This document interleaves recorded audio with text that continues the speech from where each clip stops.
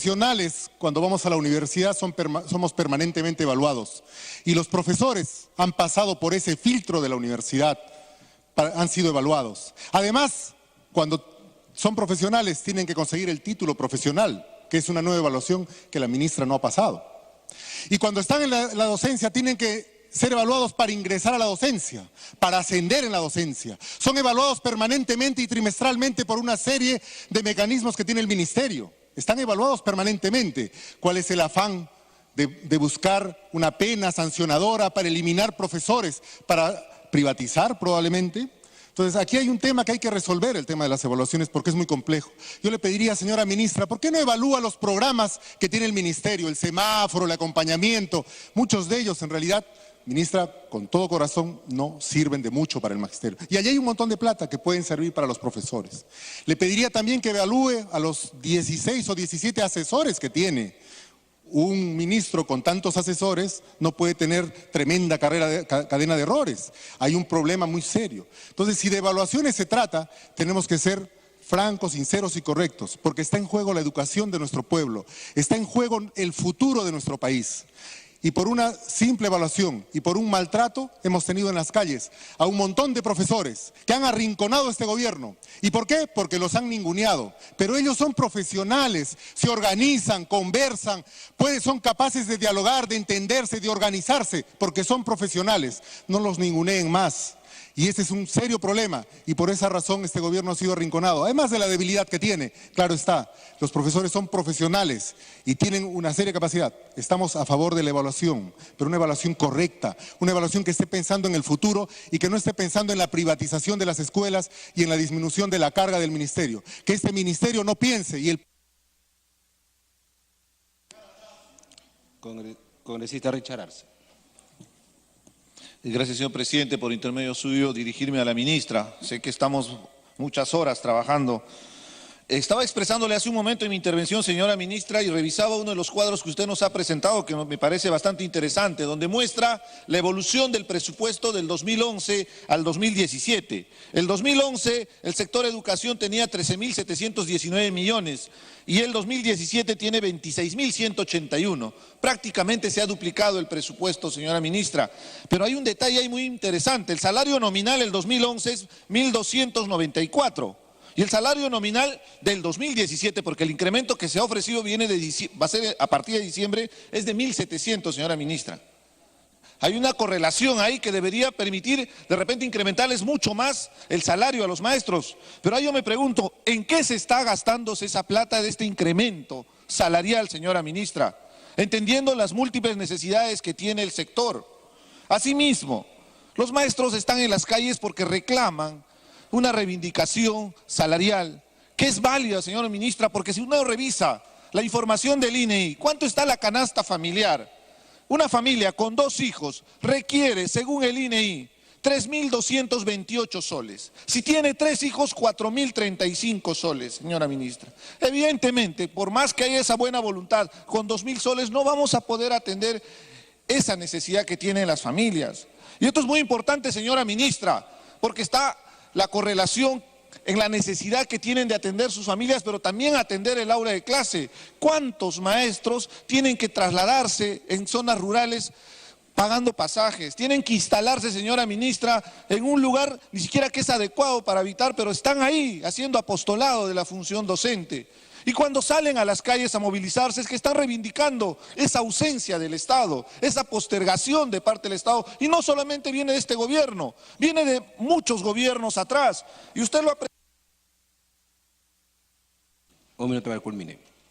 Y usted lo ha presentado, señora ministra, donde hay un cuadro donde muestra la larga duración de las huelgas magisteriales. Eso debe ser vergüenza para nuestro Estado, para nuestro país, porque usted muestra claramente cómo gobierno tras gobierno hay huelgas. Yo vengo de un colegio nacional, señora ministra, y el recuerdo es que anualmente había huelgas, había movilizaciones sociales justamente con las mismas reivindicaciones.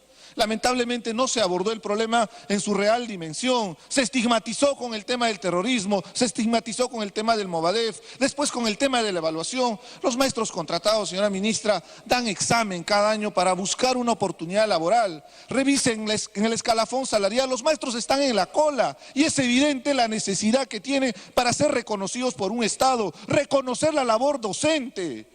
Inclusive es la última oportunidad que tienen los jóvenes para postular a una universidad. Por eso tenemos que invertir en conjunto y ahí sí una responsabilidad del Congreso. Está en nuestras manos, señor presidente, modificar el presupuesto y priorizar justamente.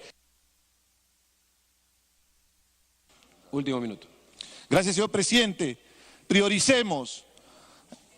Sé de las dificultades económicas que tenemos en este momento, pero prioricemos esa demanda. Los maestros con 24 horas, con 20 horas no van a tener el beneficio que se les está proponiendo. Busquemos un equilibrio. Y no es porque no quieran enseñar más horas, es el sistema. De la misma manera, la adaptación curricular contextualizada, la evaluación, señora ministra, esa evaluación de desempeño hay que incentivarlo. Lo dijo en la mañana el señor Trachtenberg, es una alternativa con estímulo la evaluación y va a ver usted que se va a garantizar que los maestros vayan a evaluarse y por supuesto que están con la mejor predisposición, pero no lleguemos a polarizar, a confrontar a nuestra población. Y para terminar, señor presidente, si nosotros estamos acá parados, si hemos conseguido algo en la vida, porque hemos sido formados por unos maestros. Yo en lo personal, yo brindo un reconocimiento a los profesores que me dieron esa oportunidad de formarme. Y de la misma manera, seamos un poco empáticos con el problema que existe. Usted es maestra, señora ministra, está en sus manos la solución. Gracias, congresista. Tiene uso de la palabra el congresista Elías Rodríguez por 4 minutos. Por favor, si estamos en el hemiciclo, pueden agarrar un anexo, llamar al anexo y comunicar que bajen el aire. Gracias. Señor presidente del Congreso de la República, señora ministra de Educación, colegas parlamentarios.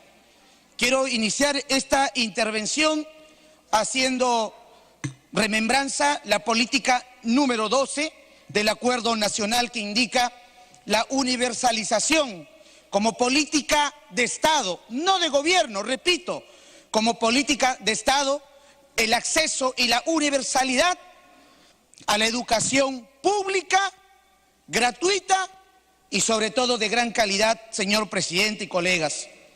Pero esto es importante, esto es la meta que deben asumir quienes gobiernan a lo largo de los 5 años que el pueblo les entrega su confianza. Pero para eso necesitamos maestros capacitados, preparados, bien remunerados. Esa es la aspiración de todos quienes intentan gobernar el país. Pero el día de hoy, colegas congresistas, haciendo uso de ese mecanismo constitucional que permite la rendición de cuentas por parte del Ejecutivo al país entero, ya llevamos varias horas, hemos expresado hechos, hemos señalado cifras y nos damos cuenta que el resultado de esas sumas, de esas restas y de esos hechos demuestran que hay problemas en nuestra realidad. Y para ser conscientes, el problema de la huelga no es un problema estrictamente de este gobierno. Este problema corresponde decirlo también claramente que no ha habido una capacidad efectiva de respuesta cuando esta huelga empezó a germinarse en la localidad del Cusco. No ha habido tampoco una capacidad de previsión y lamento aquí el triste papel de aquellos llamados asesores, burocracia impuesta por el gobierno humanista que lamentablemente no tuvo la capacidad de poder decir lo que se venía, colegas parlamentarios, que al momento de que esto se hizo tan fuerte, los liderazgos que debieron ser firmes y contundentes fueron tibios, señor presidente. Hubo un embalse, aquí ya lo han señalado, y explotó en las manos de la gestión de la ministra de turno. Pero sin embargo, también, colegas parlamentarios, hay que señalar que del otro lado hubieron errores. Más allá de las justas medidas reivindicativas y salariales, nadie puede vivir con 1.200, 1.400 soles. Y yo reconozco esa lucha de los docentes que con sudor, que con esfuerzo han logrado arrancar de este gobierno el reconocimiento salarial y el esfuerzo que hoy se plasma en una ley de presupuesto para entregarle como piso salarial 2.000 soles, para ver el tema de la jubilación anticipada, para equiparar derechos entre contratados y nombrados, para hacer el esfuerzo más grande. Ahí está el reconocimiento de todos, ahí está el reconocimiento de la sociedad, pero en un punto se quebró, cuando también hay que reconocerlo aquí. Algunos dirigentes también decidieron tener un interés político en esta huelga e intentaron también tirarse abajo la ley de la carrera pública magisterial. Y en estas circunstancias, colegas, permítanme marcar posición en nombre de lo que la ley de carrera pública el año 2007 en este mismo Parlamento, pensando en la meritocracia, pensando en estímulos de capacitación y de superación a los docentes, las bancadas concertadas.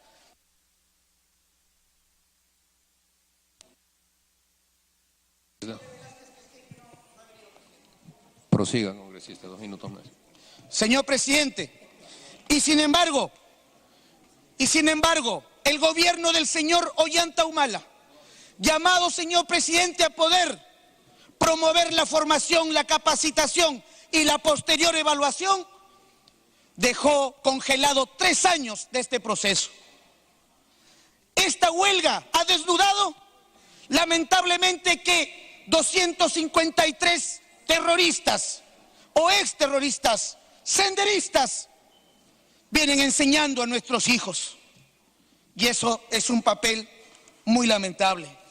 Quiero decirles al Perú entero, en nombre del partido que gestó la gratuidad de la enseñanza como una de sus banderas, que estamos con el maestro olvidado cuando decidimos cambiar la educación, creando los colegios emblemáticos, señora ministra, que usted puede conocer, y es más, condujo el Colegio Mayor Presidente. O cuando decidimos crear esta institución o programa nacional de formación y capacitación para los docentes.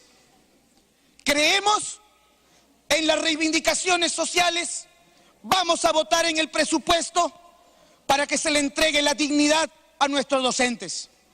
Pero también creemos que es momento de enmendar los errores.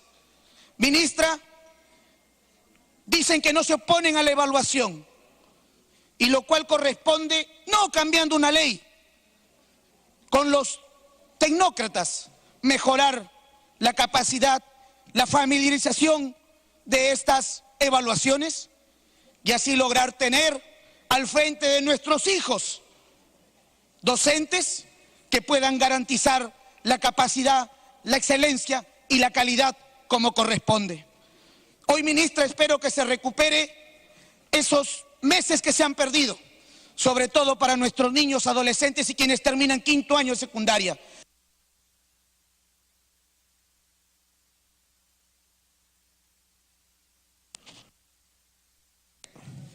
La última prórroga para que culmine. Sí, señor presidente. El APRA promueve las reivindicaciones sociales. El APRA apoya la capacitación.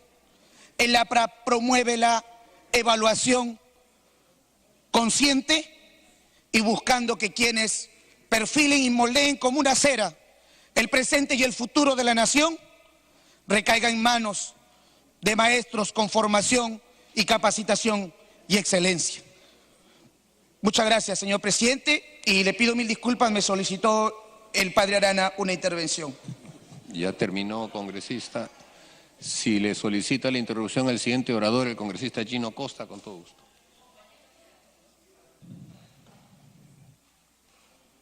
Puede hacer uso de la palabra por 1 minuto el congresista Arana. Gracias por la interrupción, congresista Gino Costa, presidente, a través suyo. Presidente, la política educativa neoliberal de abandono de la escuela pública está conduciendo a una situación en la que se pone en peligro no solo la continuidad de las clases, la calidad educativa, sino la seguridad de los estudiantes.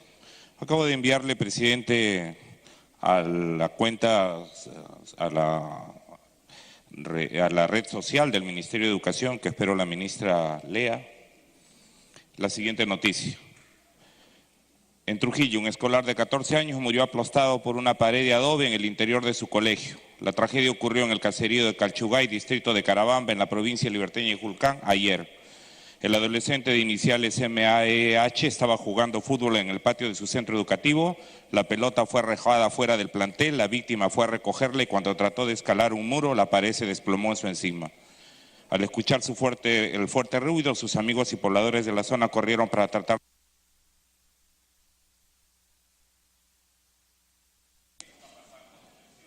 Congresista, muchas gracias, congresista. Puede comenzar, congresista Gino Costa. No lo había escuchado solicitarlo. Tiene el minuto, congresista Arana. Presidente, gracias, congresista Gino Costa. De estos temas no se trata de especular, presidente, pero es lo que está pasando.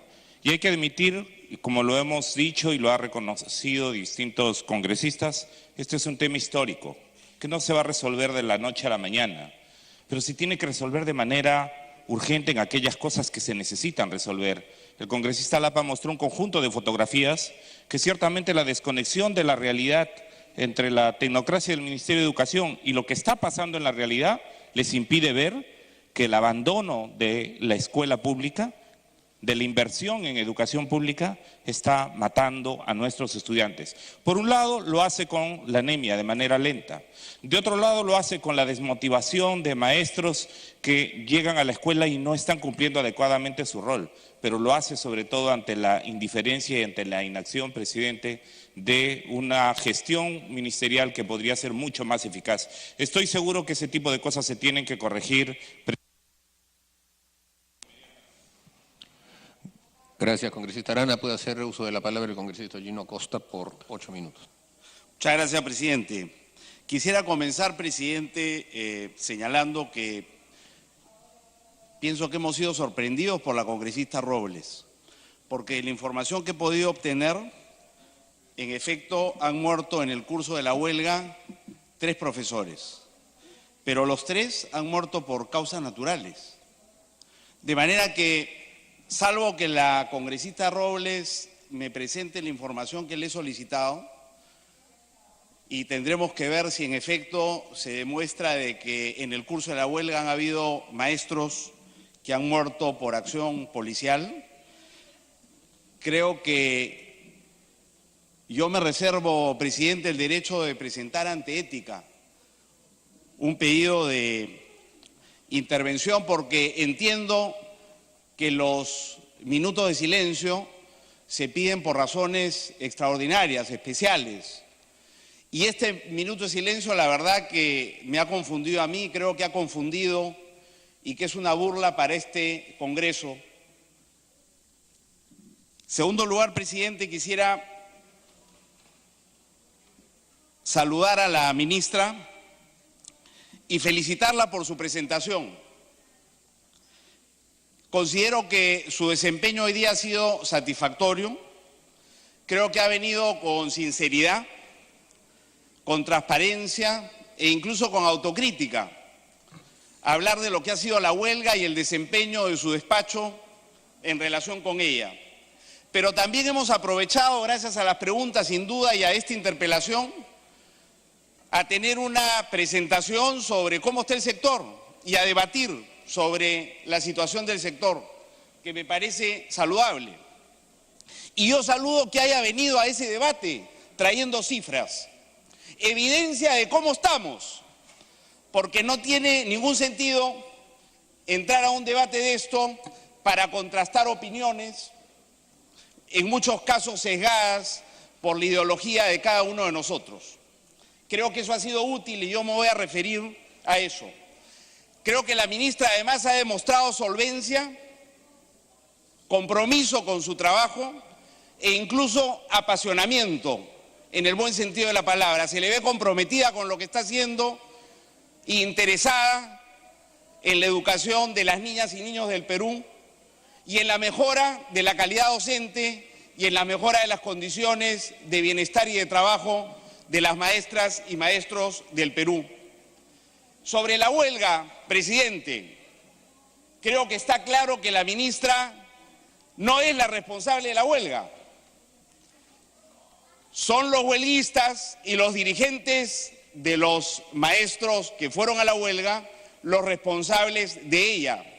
Así fue con Alberto Fujimori cuando se tuvo la huelga más grande de los últimos años, 109 días de huelga.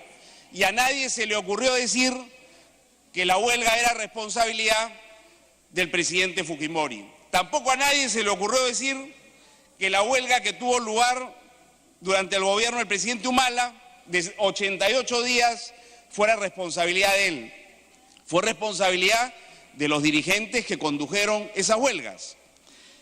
Lo mismo podemos decir de la huelga de 53 días que ha tenido lugar en el transcurso de este gobierno, o la que tuvo el presidente García de 33 días o el presidente Toledo de 31. Los responsables de la huelga son los huelguistas y los responsables de cerrar las huelgas son los dirigentes que conducen las huelgas en diálogo, por supuesto, con el gobierno correspondiente. Y yo creo que la ministra ha sido muy clara y muy enfática y muy convincente en el sentido de que ella ha tenido una política de puertas abiertas y de diálogo con distintos gremios y ha llegado a distintos acuerdos a lo largo de esta larga huelga.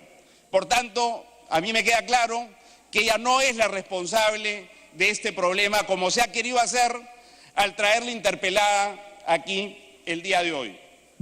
Nos ha hablado además de las características especiales de estas huelgas, el hecho de que ha habido una disputa por el poder en el magisterio, sin ninguna duda es un elemento que nadie puede negar. El tema de la derrama, el tema de la conducción del SUTEP.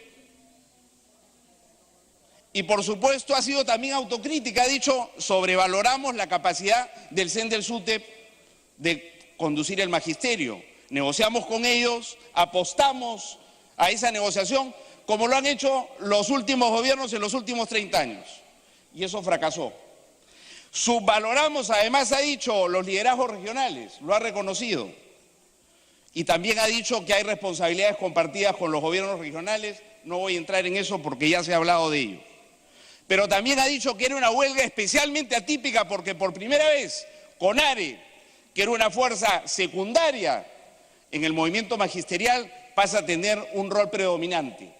Y sobre eso yo coincido, señor presidente, con el análisis que ha hecho usted. Lo que me exime de entrar en mayor detalle porque estoy completamente de acuerdo sobre el desafío tremendo que significa para el país y para las fuerzas políticas un escenario como este. Y coincido además con el llamado de atención que usted le ha hecho a los colegas y compañeros acá del Frente Amplio, cuando les ha dicho mucho cuidado, no cometamos los errores, no cometan ustedes los errores que ya cometieron con Sendero hace 3 décadas. Estamos a tiempo de evitarlos, pero es verdad que hubo ambigüedad de parte de la izquierda, y no lo digo yo, lo dice la Comisión de la Verdad. Ambigüedad que se acabó cuando la propia izquierda fue golpeada por Sendero Luminoso. Estamos a tiempo de evitar esos errores. Yo quiero además señalar, presidente, que si había alguna duda de la agenda política y oculta para buena parte del magisterio, estoy seguro, detrás de estos dirigentes de la huelga, los últimos acontecimientos demuestran que en efecto esto es así. A solo 4 días de haber terminado con la huelga, hoy hay un paro nacional. ¿Y cuál es? No, perdón, un paro regional aquí en Lima. ¿Y cuál es la causa de la deuda? ¿Cuál es la causa de la huelga? Que se les está haciendo descuentos. O sea que de cuando acá la huelga pagada es un derecho. La huelga es un derecho sin duda, pero pagada no. El Estado está en la obligación por el daño que se ha ocasionado, ¿no es cierto?, de hacer esos descuentos. Y esos descuentos servirán para el día que se esos maestros cumplan con dictar las clases como se ha comprometido la ministra. Ella se ha comprometido a que esas clases se dictarán. Si se dictan, se les pagará por dictar esas clases, pero de ninguna manera aceptaremos, ¿no es cierto?, que se les pague a los maestros por hacer huelga. Eso en ninguna parte del mundo. Pero ese es el motivo del paro de hoy día. Y por supuesto, alentar a este Congreso a pedir la cabeza y censurar a la ministra Martens.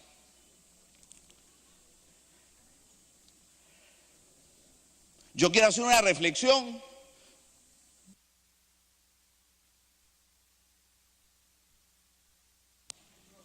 Congresista, un minuto para terminar.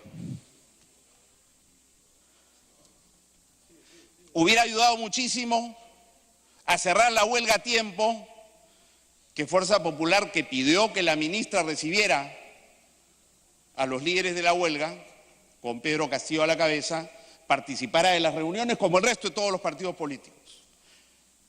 Y eso hubiera impedido, ¿no es cierto?, que ellos abrigaran esperanzas de que más allá de ese escenario, desde el Congreso se les podía pedir y aumentar beneficios.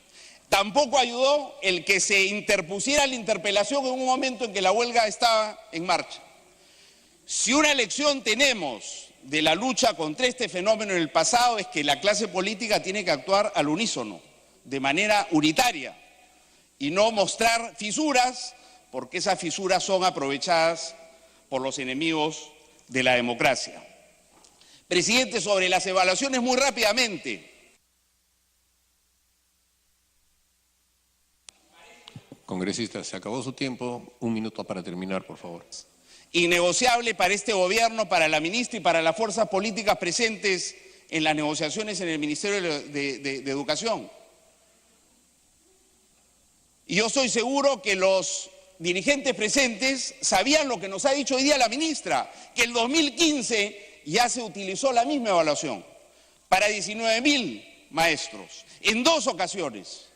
Y que el 91% de los evaluados, el 91% aprobaron la evaluación. La primera evaluación sin capacitación alguna. Y en las zonas rurales el resultado fue 94%.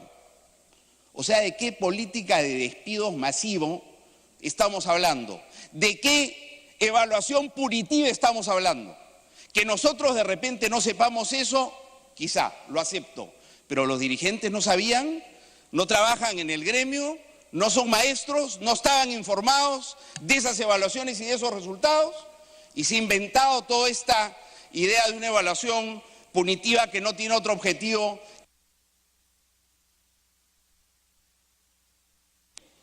Congresista, le hemos dado 3 prórrogas, por favor. Por flexibilidad, la última. Perdón, presidente, un par de minutos y termino, por favor, para cerrar. Si presidente, congresista, tenemos que ceñirnos al tiempo que su propia bancada nos ha enviado y sobre eso le he dado 3 minutos más, por favor, un minuto adicional. Perfecto.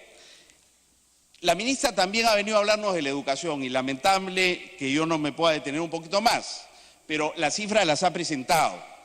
Y yo creo que la utilidad de la evaluación es esa, que nos da cifras para saber si estamos estancados, si hemos retrocedido o si hemos avanzado.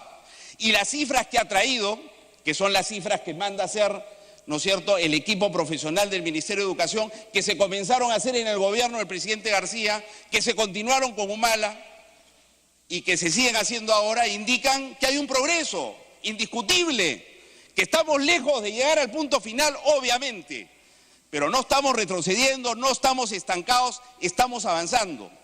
Y esto es corroborado por la prueba PISA que se hace en el Perú y en varios países, que nos permite compararnos con otros países, y estamos avanzando en relación con nuestras propias capacidades más rápido que los países vecinos de América Latina que participan de esa prueba. Esa es una buena noticia y es el resultado del trabajo de los maestros. Congresista, ya se concluyó su tiempo. Hay otros oradores que están esperando impacientemente que les dé el uso de la palabra. Pero le he dado 4 minutos, un quinto. Ya, su bancada ya ha excedido. Su bancada ha excedido. Le sugiero que al siguiente orador le solicite un minuto de interrupción, congresista. Le sugiero. Tiene la palabra el congresista Galarreta por 6 minutos. Le doy un minuto para que culmine su interrupción, la primera interrupción, su participación.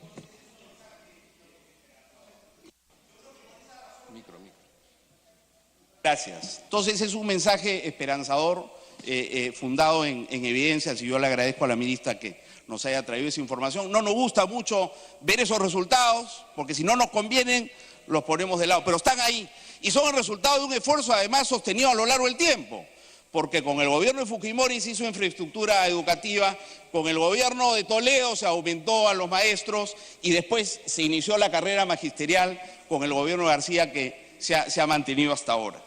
Yo solo quiero terminar señalando, presidente, que ya he escuchado al colega Salaverry anunciar que no está satisfecho, a pesar de que no ha estado muy presente a lo largo del día, que no está satisfecho con lo que ha dicho la ministra.